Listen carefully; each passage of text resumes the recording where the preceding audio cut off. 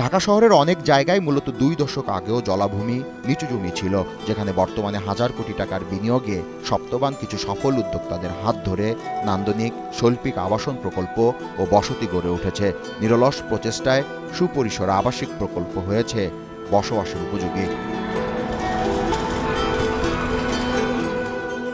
রাজধানী উন্নয়ন কর্তৃপক্ষ প্রতি বছর গড়ে ৪,০০০ ভবন নির্মাণের অনুমোদন দেয়। এর মধ্যে ২০২০ সালে অক্টোবরে যখন ড্যাবের গেজেট হয়, ওই বছর নগরে ৫,৬১২টি ভবন নির্মাণের অনুমোদন দিয়েছিল সংস্থাটি। তথ্য বলছে ১৯৮৪ থেকে ২০২৬ সাল পর্যন্ত এ ৪২ বছরে রাজুক ও অন্যান্য সংস্থার অনুমোদিত ভূমি উন্নয়ন প্রকল্প ৩৬টি, যে প্রকল্পগুলো নগরকে করেছে আবেদনময়ী।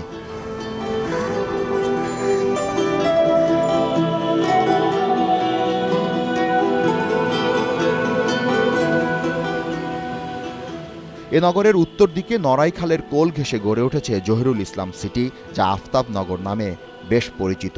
ঢাকা জেলার বাড্ডা থানার রামপুরার কাছে অবস্থিত একটি আধুনিক ও সুপরিকল্পিত আবাসিক এলাকা এটি, যার যাত্রা শুরু হয় ১৯৬৪ সালে। এটি মূলত বাণিজ্যিক ও আবাসিক অবকাঠামোর সংমিশ্রণে গড়া প্রথম নগরকেন্দ্রিক প্রকল্প।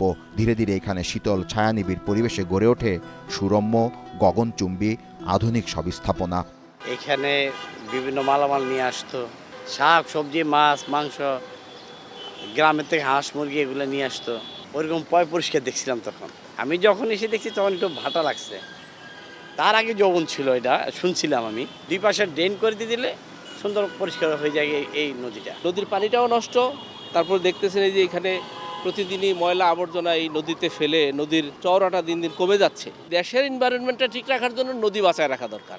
এখানকার জমির মূল্য বেশি, বাড়িঘরগুলি পরিকল্পিত এবং সিকিউরিটি খুব স্ট্রং। শুধু এটা যদি হয়ে যায় তাহলে ভাড়া আরও অনেক বেড়ে যাবে, রাস্তাঘাট হয়ে যাবে। ধরুন এখানে কোনো এক বিল্ডিংয়ের সাথে আরেক বিল্ডিংয়ের সেরকম এই যথেষ্ট পার্থক্য আছে, জায়গা আছে।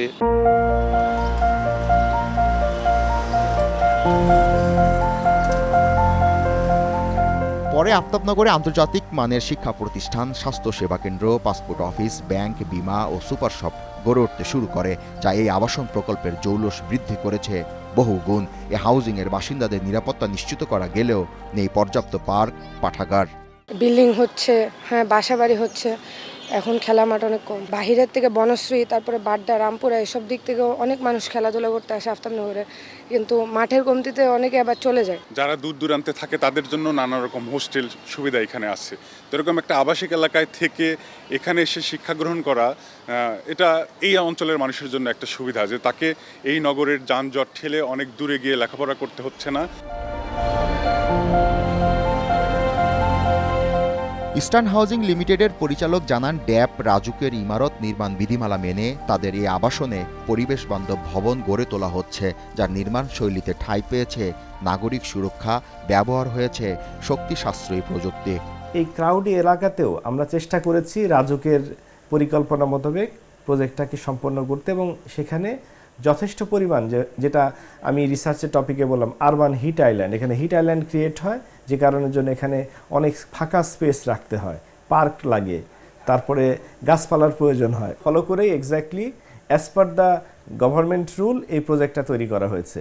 এই ১,০০০ একর জায়গার মধ্যে 40%-এর মতো আমাদের কমন ফ্যাসিলিটিস আছে, যেমন আমাদের এখানে স্কুল, কলেজ, হসপিটাল, তারপরে পার্ক, তারপর খেলার মাঠ, এই জিনিসগুলো আছে।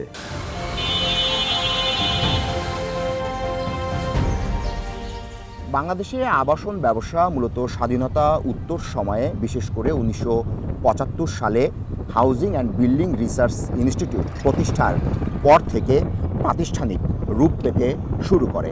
বর্তমানে দেশের মূল জিডিপিতে এই খাতটি ৮%-এরও বেশি অবদান রাখছে।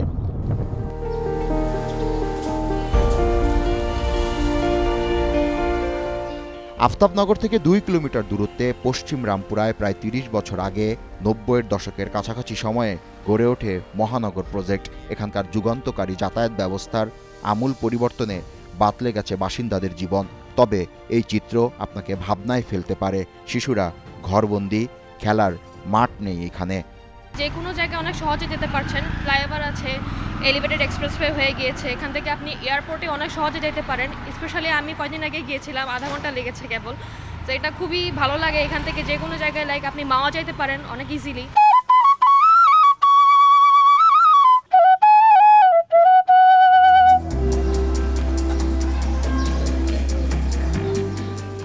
এ প্রজেক্টে পাহাড় থেকে সমতল সব জনগোষ্ঠীর রয়েছে সহাবস্থান। বাসিন্দারা বলেন এখানকার নাগরিক সুযোগ সুবিধা প্রশংসার দাবিদার, তবে বাড়ি ভাড়ার সাথে জীবনযাত্রার ব্যয় বেড়েছে কয়েক গুণ।